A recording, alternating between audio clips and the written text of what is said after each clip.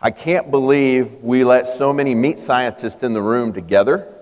I don't know if you noticed something, but we all tend to pace like TV evangelists when we get up here and preach. I do it. I can't be tied to that podium. I think it's just in our blood, right, to do that. In many ways, I think maybe I drew the short straw today because I'd prefer to stay in the facility with a knife in my hand and carve up those cattle and all that other protein. But I've been tasked with talking to you about the people of Walmart. That's what my daughter calls them, the consumer, the people of Walmart. Who walks through that door? Who buys our product? What decisions are they making? What do they think of us as producers of protein? I think today you'll find we have some things to be very happy about. We're very competitive in this space in terms of protein. I think we have some challenges, and we should not get complacent as producers of beef. And we'll talk about maybe what some of those challenges look like. So what does our consumer demand? What do they want? Well, here in Texas, they want this, and they want this, and they want this, and they want this. And guess what? The good news is, as beef cattle producers, we can give them all of that. So in terms of a protein of choice, we can scratch a lot of those itches. And we tend to do it with great regularity and, for the most part, consistency.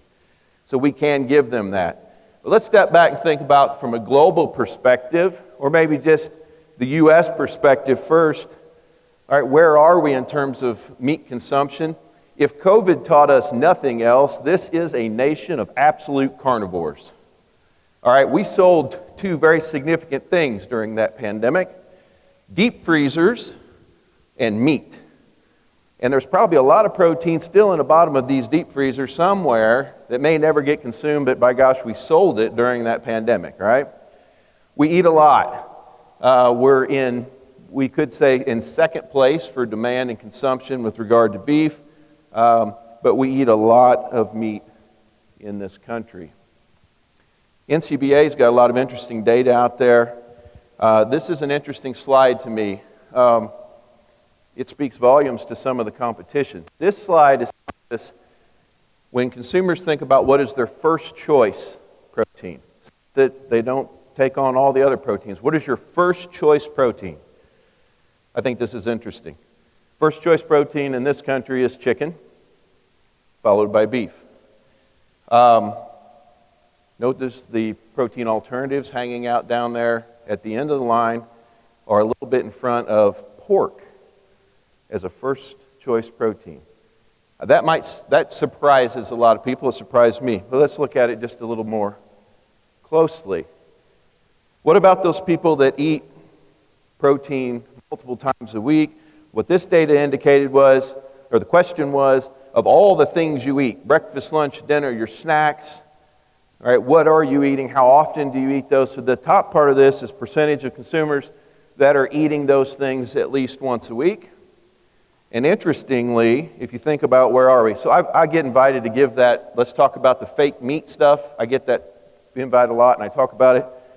But even in these consumers that are going to choose meat alternatives, if you drop down to the bottom of that graphic, they're also eating a whole bunch of other food animal protein. All right, so this is not an either or, at least not very often. And quite frankly, the alternative protein market is getting crushed in the economy right now. All right, we came out of COVID, a lot of things, a lot of specialty label claim stuff, a lot of that got hurt and has not recovered to any great degree. You can track stock price for something like Beyond Meat and understand what's going on there. So consumers, they have some trust in us, and they're going to and continue to choose animal proteins at a very high level in terms of consumption. I enjoyed yesterday greatly. I always like to say, what were my takeaways from yesterday? So here's some things that I learned, maybe you learned. I'll put we're all here together. It appeared that in that conversation, packers care about quality foremost, right? All right, quality does matter in our business. I would argue that other proteins have abandoned that idea. All right, we have jettisoned eating quality in pork in replacing it for something else. I would argue that chicken never had the quality conversation. And even some of our more minor proteins, like the lamb market. Yeah, we have a yield and quality grading system, but at the end of the day, it doesn't sort those critters very well. And we put some confounding data in there when we look at quality and some other proteins. So quality matters. Carcasses are big and getting bigger, or cattle are big and getting bigger. We're going to live with that. I heard let the consumer tell us if the ribeye is too big. Thought that was an interesting comment that came out of yesterday. I was happy with this conversation. Tenderness, Dr. Lawrence, is not the devil at the moment. All right, I feel good about that because we go back into the late 90s and we look at quality audit. We had people barking at us about tenderness. So, right, wrong, or indifferent, we have moved that needle, and we have some tender product in most situations. How many of you have consumed one of the very large chicken breasts recently and said, holy moly, that is tough chicken? Chicken and pork are living in a couple of places where we have been as an industry, and I think they're going to have to get around on that a little bit. We can talk about that at some other meeting some other day. The last two things that I learned were don't serve good beef to the idiots that crash your party. Okay? Just don't waste good beef on people you don't like. And don't dare let your beef near a microwave.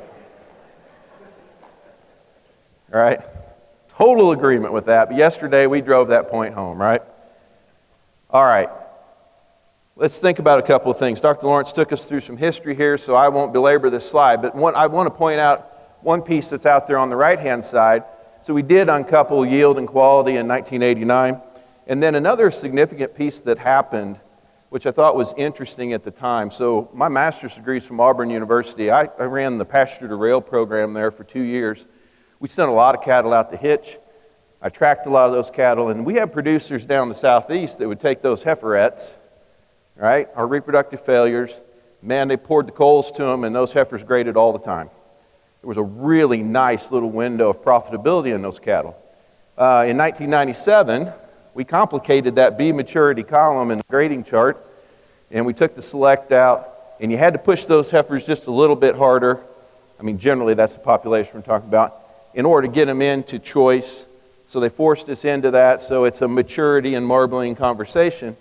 But I thought it was interesting that happened there in the late 1990s. So just a couple of things I'd point out from a historical perspective that did change a little bit some corners of what we do in bringing beef to the marketplace. We've seen lots of conversation and heard lots of conversation about yield grade. I've got a slide after that, but here's quality. All right, this is 2000 to 2020. Just like Dr. Lawrence, I dug into USDA's data. You can do the same. I think this is a really interesting paradigm here. So on the top of this, this is choice, percentage of choice cattle. We're at 75% into 2023. Here's the trend for select cattle. I don't know about you, but 20 years ago, if you told me that the percentage of select and the percentage of prime cattle would be thinking about converging, we would have been like, you're crazy, go back to your cave. But that's where we are, right?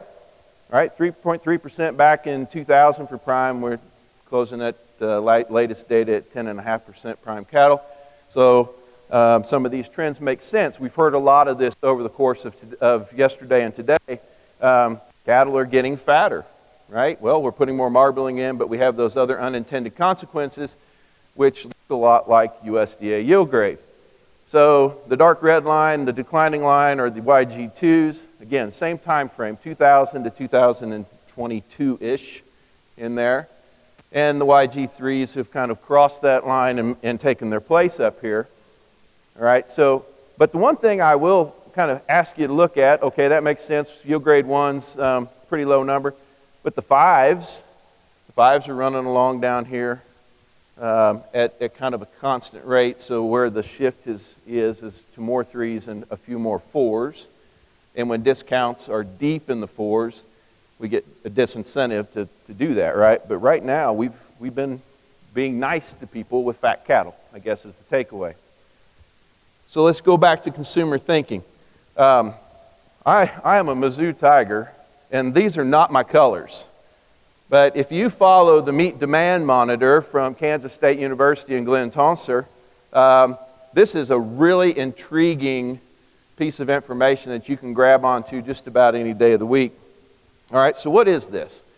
All right, we've got data coming in from all over the country, and this is red meat demand, not specifically beef, but this is red meat demand, but I'm using 3 slides in a row to kind of make a point here about consumer behavior. So the way this works, Dr. Tonsor has 12 items, and he asked those people that are contributing to the data, what are the 4 most important items, what are the 4 least important items, and then the other ones fall in the middle. So the way this works, it's a net sum 0. So the way, if you look at something and it has a negative value with it, it falls in the bottom 4 for importance, and if it has a positive value, it falls in the top 4. All right, and then you've got just varying degrees of this. So yesterday we had a conversation about color in red meat is more important than price. But they're right there together, right? We'll establish those. But what if we take price? How important is price from red meat demand in general? All right, look down here in the bottom left. These are the ranges, but those are all positive numbers. That says that all across this country, price matters. You're like, yeah, duh, price matters. All right, but compared to what else? There are a lot of things on that list of 12. I can't belabor through all of those. What about taste? All right, palatability does matter. All right, if we look at this, these are some big numbers, right? So if you're in the dark purple, taste really matters to you in red meat. Look at the consumers living in dark purple. You're not surprised, are you? I'm not surprised. We value the quality of our product, and those that consume it to the greatest degree say taste matters. Consumers across the country agree with that. Taste matters. What about the social issues that get tied to our business of red meat production? All right, we kind of recoil from that. Being a meat scientist is sometimes a hard place in the world to live. I've had students over my entire career. I had one student walk up to me and tell me, well, you're going to hate me because I'm a vegetarian. I said, that's okay. I eat a lot of bacon, so I'll eat yours too.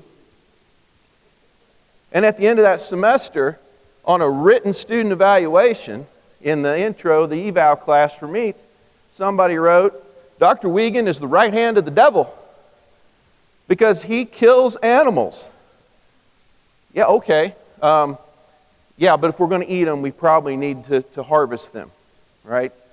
I guess there's some rare examples you can come up with that, if you're swallowing goldfish at a party, but we probably need to do that, right? So what about the social issues?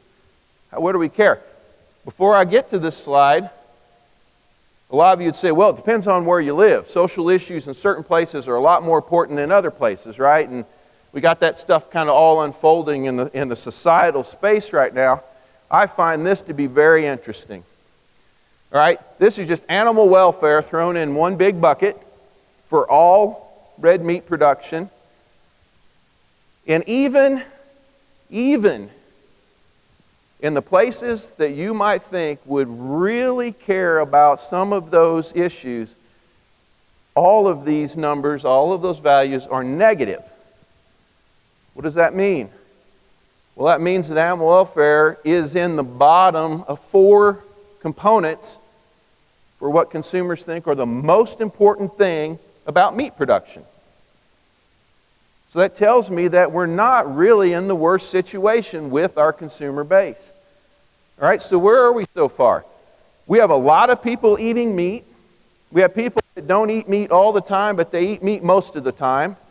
And at the end of the day, they care about what it costs, what it tastes like, and they don't seem to be incredibly upset with this about how we're making it. Now, there are outliers, right? So let's talk about, what about beef?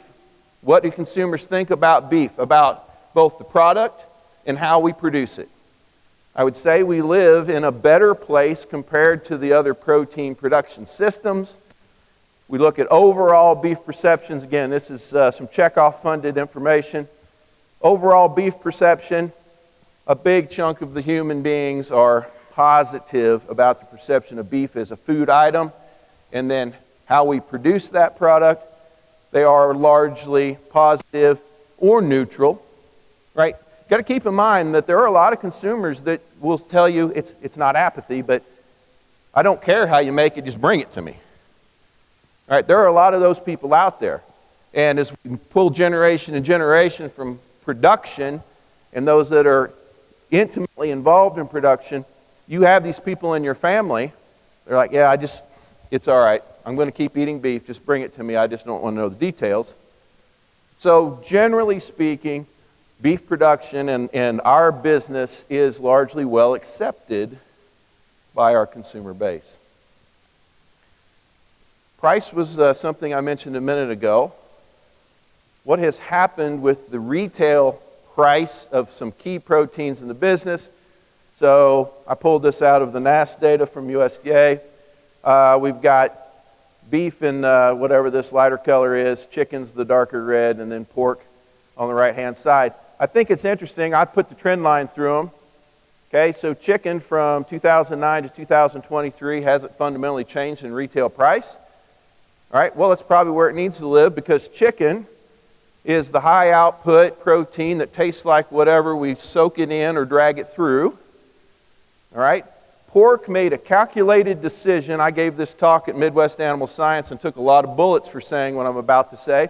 Pork decided to chase chicken and is paying a price today.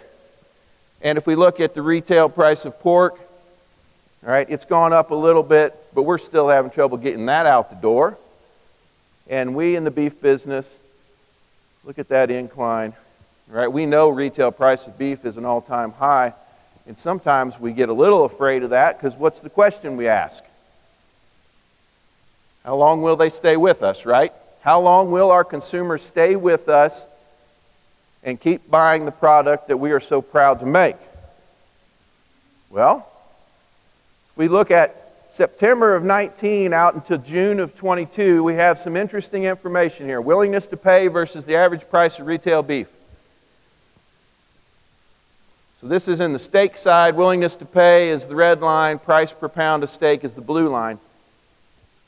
This would argue that somewhere there in 20, our consumer was willing to pay for it, and our retail price wasn't up to the willingness to pay.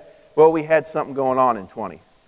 We had issues with supply. We had all kinds of things, right? So I would kind of discount the middle of that. But look where we were landing here as we closed out in June of 22. Willingness to pay $9.20 a pound for a beef steak. The consumer is and has stayed with us, and we should feel good about that. We may put some caution to that in just a minute. But how they're buying from us has changed a little bit. Okay, how many of you, raise your hands, are buying something grocery or food related online and having delivered? Anybody? Yeah, it's a few. Right? It's the wrong crowd to ask that question of, right? But here's the truth. All right, even out in the middle of America, in the flyover states, in my hometown of, I don't know, 200 people, we live near a grocery store that you can order and you can pick up, right? So we have some of that going on, and we've seen our consumers stay in that space a little bit with us. So what this is just e-commerce, right? And the behavior of those consumers. So this is pre and post-COVID. All right, so obviously we don't have a number for post-COVID or post-COVID when it was pre-COVID.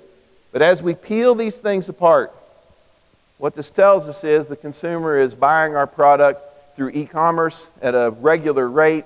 They've kept that buying behavior, which then gives us some opportunity for how we'll distribute that product out into the far nether reaches of the world.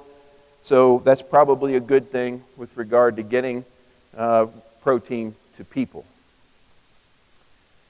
As we spend just a little bit of time here thinking about what are we selling, over my career, we usually have these conversations. I represent a lot of small and very small processors in the state of Missouri. There's 225 establishments in the state of Missouri. They're small and very small. And what the conversation used to be was, well, I'd want to get into some of this direct marketing. I want to have a niche. I want to have some label claims. And what I'm really having trouble with is getting rid of everything that's not a middle meat. Well, I don't hear that quite as much, and that's because we have a little tighter supply. We have a pretty strong demand. We start to look at how some consumer behavior has changed just a little bit. If you remember back to that one economic crash in 2008, for the first time in my life since I was a kid, I saw a TV ad for Hamburger Helper. All right, so we had a moment when the economy got soft. People said, we're not going to eat out as much, so now we're going to go out and we're going to buy this cardboard box with this pasta and this powdered cheese in it. And the other thing we're going to do is the back of the box says, brown 1 pound of hamburger or ground beef. All right, so the demand for that increased in that time of economic squeeze, and we've thankfully seen a pretty strong demand for ground beef in general. But where is that demand? Consumers are sensitive to the fatness of that product. I got one comment to make about selling fat and marketing fat here in just a minute. But in general, our consumers stay in that 80-20 space for the most part. They don't want to pour a lot of grease off the skillet when they put that ground beef into that pasta or that spaghetti. But they do recognize there's probably some value in that. The price probably drives them there to a certain degree. Here's the thing that I'm going to maybe think about from a challenge from a consumer perspective. We are all consumers in this room. We all live in this space of production. I am not an economist, but I have a whole bunch of friends that are, and I spend a lot of time with them. And these are things that I think about right here in this moment about what we have for supply, what we have for demand, what are the things that are going to pressure us a bit. I talked to a couple folks this morning at breakfast about this. We've been fortunate. All right, our cow inventory has been down. We know that. We have an incredibly small cow herd, historically speaking. We've had a really strong demand. We have strong price. And we've been plugging the supply gap with things like white fat cows and high cutout bulls.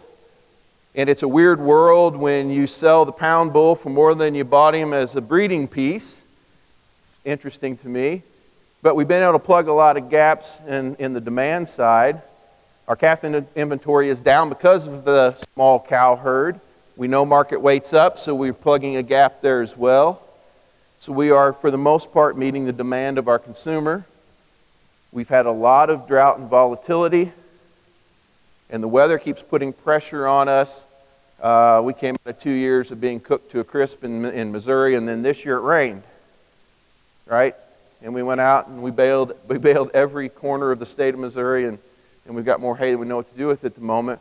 But there's interesting things that get us where the market's going to move a little bit and how we're going to behave here. $7 corn and $3.60 corn are very different, right? So we're pulling out of packer margin a little bit and we're pushing into feeder margin. Who knows how long that'll last? My neighbor farms in the river bottoms, and he says, well, Bryon, we're going to have the biggest corn crop in our life in north central Missouri. He says, but at 360, I would prefer to have one of the smallest corn crops in my life and have it back at $7. Right? We can all think about how that fits, right? Corn price, hay price, land price. That bottom map, those dark red states, if you live in one of them, you have seen double digit in terms of percentage increase in land price. That pressures us in this business, does it not? In my home state of Missouri, we saw a lot of acres going to conservation programs, and then when they rotated out, we didn't put cows back on those acres. We put plows on those acres, actually, not plows, all right, but tillage tools. And we're growing corn and soybeans because that was what the market pointed us to do in diversified farming America. I made a comment to my friend the other day. I said, there was a day when we as producers didn't own yellow equipment. Today we own a lot of yellow equipment, and what is that yellow equipment doing? We're taking out the fence row, we're reshaping the ground, and row crop is taking over all these nooks and crannies. And part of that is because adoption of technology in the agronomy space. My father grew 125 bushel corn on the same piece of dirt that I did 1 year grow 295 bushel corn dry basis, right? Dry land. Well, I adopted different technologies. I have corn varieties that'll do it, right? We have different protocols for fertilizer. So those things have changed. They've shifted the paradigm. So just land availability.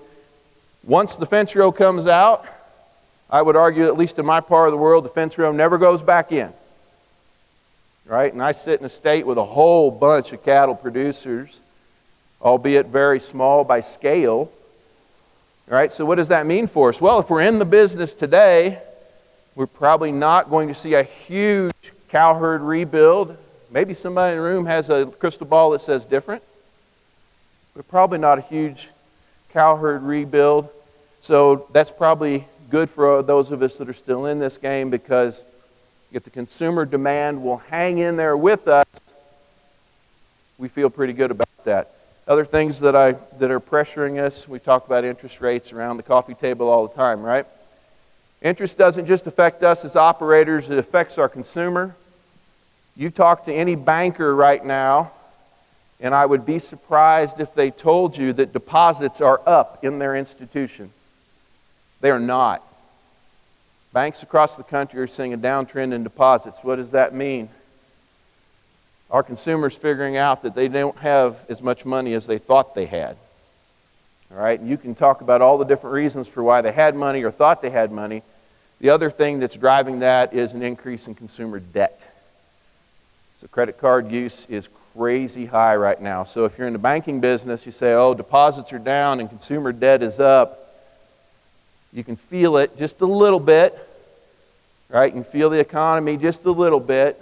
We know that nothing's gotten cheaper for inputs, and we just hope, right? We hang out there and we hope for a minute that the consumer stays with us and gives up something else in their purchasing to stay with us to buy our product.